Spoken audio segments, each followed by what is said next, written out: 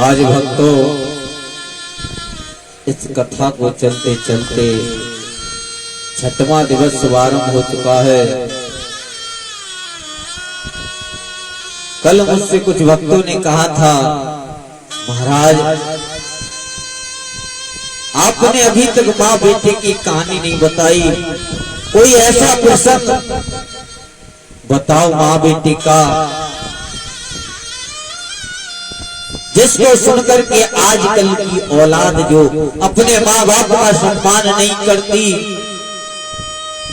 वो अपने माँ बाप का सम्मान करने लगे। तो मुझे एक बात याद आ गई। एक गांव में एक मास्टर और मास्टरनी थे।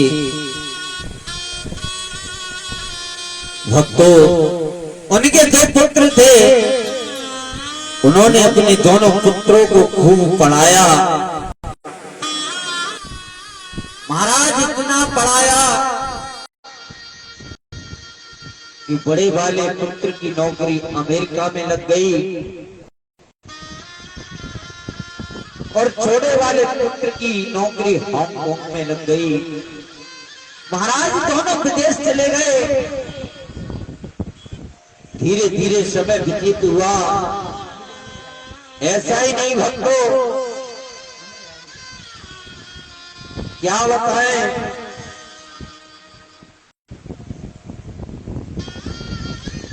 जब दोनों की नौकरी लगी धीरे धीरे समय व्यतीत हुआ। दोनों बच्चों का शब्द हो गया। महाराज दोनों अपनी पत्नियों को लेकर के विदेश चले गए। इधर में बूढ़ी मास्टरनी और मास्टर दोनों महाराज रिटायर हो गए। अब उन्होंने सोचा कि हमने खूब पैसा पैदा कर लिया, खूब इज्जत बना ली समाज में, अब हमारा वृद्ध शरीर है। अब चलो हम दोनों जने मिलकर के अपने बेटों को फोन करते हैं और बेटों से कहेंगे, बेटा अब विदेश से आप लौट करके आ जाओ, अब हमें पैसे की कोई आवश्यकता नहीं, आप हमारे साथ में रहो, अब हमें तुम्हारी जरूरत है। धन्य है ऐसे माँ बाप को। आज दोनों ने सलाह मिला करके अपने बड़े पुत्र के लिए फोन किया जो अमेरिका में नौकरी कर रहा था। बेटे ने फोन उठाया, पिताजी ने बात की। बेटे ने कहा, पिताजी प्रणाम, जीते रहो। बेटा मैंने आज इसलिए फोन किया है कि हम दोनों प्राणी रिटायर हो चुके हैं। क्या बताएं, पैसा बहुत है बेटा, बुढ़ापे का शरीर है। बेटा आपसे मैं निवेदन करूंगा, आप अपने परिवार को लेकर के हमारे पास आ जाओ। हम तुम्हारे परिवार के साथ में रहना चाहते हैं। हमारी जिंदगी के जो दिन व्यतीत जो बाकी दिन बचे हैं, हम उन दिनों को अपने परिवार के साथ व्यतीत करना चाहते हैं। बेटा आ जाओ। आज बेटी ने कहा, पिताजी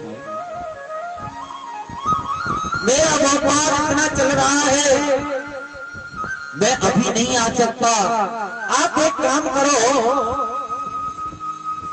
छोटे वाले भाई के पास में फोन कर लो, शायद वो फ्री होगा, वो आ जाएगा आपके पास में। उन बूढ़े बाबा को निराश कर दिया। आज मास्टर साहब ने अपने कलेजे पर पत्थर रख करके छोटे पुत्र के पास में फोन किया और कहा, बेटा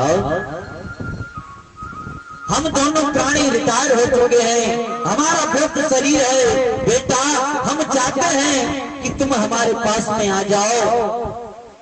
सब लोग मिलकर के एक साथ रहेंगे। हमारे पास में पैसा बहुत है, क्या करेंगे इस पैसे का। आज छोटी बेटी ने भी मना कर दिया, पिताजी मैं इस हांगकांग में तो हूँ लेकिन मैं आ नहीं सकता। यदि आपको किसी चीज की आवश्यकता हो तो आप मुझसे कह सकते हो।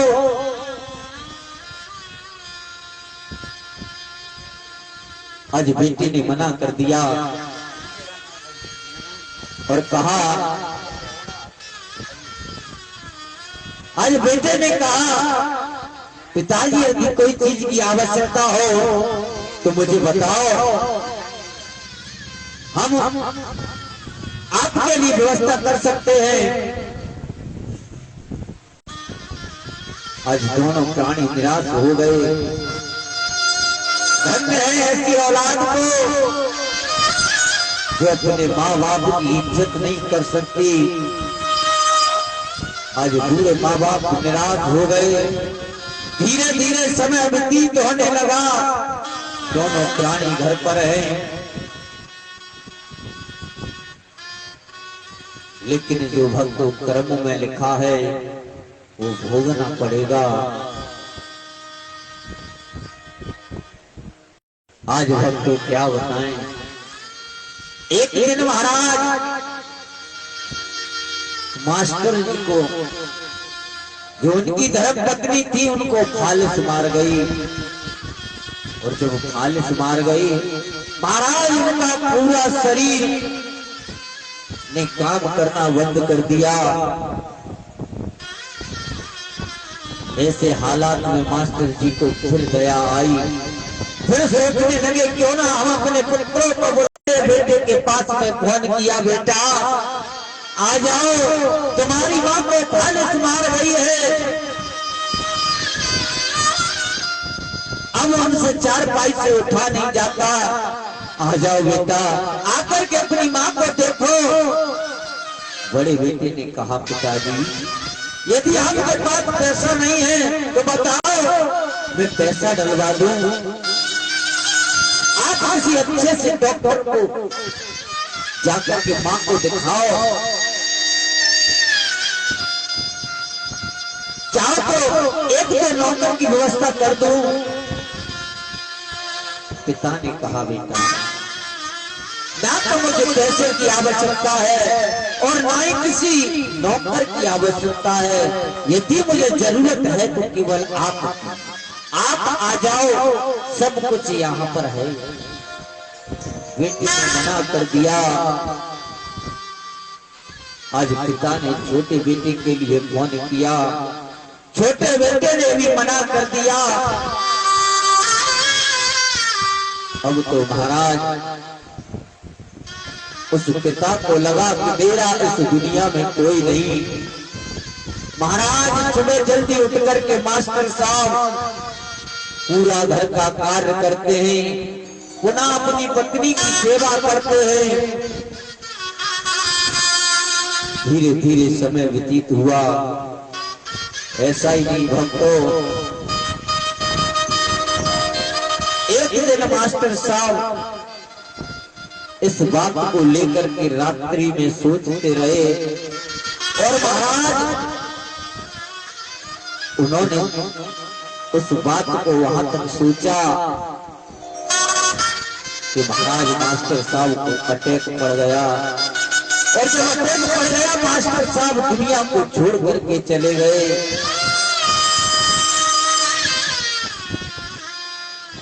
क्या बताए भक्तों, आज मास्टर साहब की लाश पड़ी है। इधर में जब जैसे ही सुबह हुआ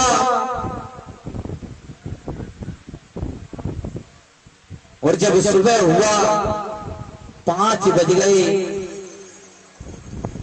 बेचारी उनकी धर्मपत्नी जिनमें इतनी सामर्थ्य नहीं थी कि बेड से उठ करके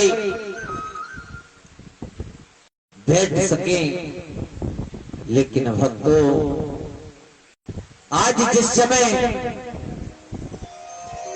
सुबह के 5 बजे है, 6 बज गए, 7 बज गए, लेकिन मास्टर साहब जब नहीं उठे पत्नी सोचने लगी, क्या बात है, मेरे पति सुबह 5 बजे चारपाई को छोड़ देते थे, लेकिन आज घड़ी में 7 बज गए, ये उठे क्यों नहीं। महाराज हुए पत्नी जिस पर अपने बेड से उठा नहीं जाता, आज जैसे तैसे लाख प्रयास करने के बाद में उसने करवट ली, बेड से नीचे गिर पड़ी, कैसे कैसे सरकते हुए खिसकते हुए टेलीफोन के पास में जा पहुंची। हम लोग महाराज मास्टर साहब अपने पड़ोसी से बात किया करते थे, जाकर के टेलीफोन में रीडायल का नंबर डायल किया, तो जैसे नंबर डायल किया पड़ोसी का फोन लग गया। पड़ोसी ने फोन उठाया, हेलो हेलो करने लगे, लेकिन मास्टर साहब की जो धर्मपत्नी थी, फालिस मारने के कारण उनके मुख से आवाज नहीं निकली। हेलो हेलो करके पड़ोसी ने फोन रख दिया। जब देखा ये किसका नंबर है, तब तक भक्त बहुत देर हो चुकी थी, जिनके 10 बज चुके थे। महाराज जिस समय उनकी धर्मपत्नी ने जाकर के मास्टर साहब के पास पहुंची, जाकर के देखा तो मास्टर साहब इस दुनिया को छोड़ करके जा चुके थे। भक्तों, ये हाल देख करके उनकी धर्मपत्नी से रहा नहीं गया, वह मैया फूट फूट करके रोने लगी। अंत में उस मैया के भी प्राण निकल गए। आज महाराज दोनों लोग पड़े हैं उस आंगन में, दोनों की लाश पड़ी है, दरवाजा बंद है। इधर में पड़ोसी ने देखा कि घड़ी में 10 बज गए और अभी मास्टर साहब का दरवाजा नहीं खुला। क्या बात है, पहले आकर के दरवाजा खटखटाया, कोई आवाज नहीं आई। उस पड़ोसी ने पुलिस को फोन किया, पुलिस को बुलाया, पुलिस ने आकर के दरवाजा तोड़ा तो देखा महाराज दोनों की लाश पड़ी हुई है।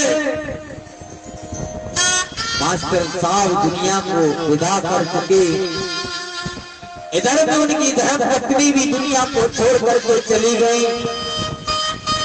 सारे मोहल्ले वासी आकर के इकट्ठा हो गए। महाराज बड़े पुत्र को फोन किया, कहा भैया मैं तुम्हारा पड़ोसी बोल रहा हूँ। व्यक्ति ने कहा क्या बात है भैया, आज पिताजी ने फोन नहीं किया, सब ठीक है। उस पड़ोसी ने कहा हाँ। उसने पूछा मेरी माँ ठीक है? बोले अब तक तो शायद ठीक नहीं थी, लेकिन अब वो पूरी तरीके से ठीक हो चुकी हैं। उस लड़के ने कहा क्या मतलब? बोले तुम्हारे माँ बाप इस दुनिया को छोड़ करके जा चुके हैं, अब वो इस दुनिया में नहीं। भैया आप मेरा इंतजार करो, मैं अभी विदेश से आ रहा हूँ। छोटे बेटे के पास फोन किया, उसने भी कहा भैया मैं अभी विदेश से आ रहा हूँ।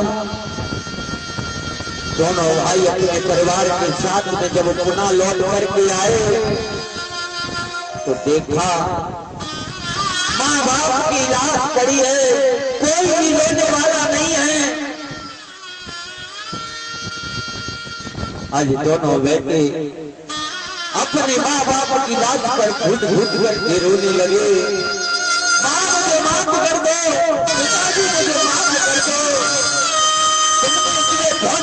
लेकिन मैं आ ना सका। मैं बहुत बड़ा अभागा हूँ जो आपके बुलाने पर भी मैं नहीं आ सका। हो सके तो पिताजी मुझे माफ कर दो। माँ, मैंने सुना है माँ का हृदय बड़ा कोमल होता है। भैया, मेरी गलती क्षमा करने की योग्य नहीं है, लेकिन यदि तुम चाहो तो मेरी गलतियों को क्षमा कर देना। सभी नगरवासियों ने कहा बेटा अब रोने से कुछ नहीं होगा। तुमने इन माँ बापों की जीते समय कदर नहीं की, अब इनकी मिट्टी पर रोने से क्या होता है। आज दोनों बेटों ने मिलकर के अपने माँ बाप का अंतिम संस्कार किया और उसी दिन से महाराज उन दोनों पुत्रों ने विदेश को त्याग दिया, वहीं पर अपने माँ बाप के पास रहने लगे। मैं तो एक ही बात कहूंगा, इस कथा से हमें ये शिक्षा मिलती है कि बेटा चाहे कितना भी पढ़ लिख करके इंजीनियर बन जाए, लेकिन माँ के लिए तो केवल एक पुत्र होता है। जिस माँ बाप ने हमें पाल पोस करके इतना बड़ा किया, यदि हम अपने माँ बाप की सेवा नहीं कर सकते तो हमारे जीवन पर धिक्कार है। अब तो हमें हर हाल में अपने माँ बाप की सेवा करनी चाहिए, यही हमारा धर्म है, यही भागवत कहती है। वही गोविंद भगवान की जय, वृंदावन बिहारी लाल।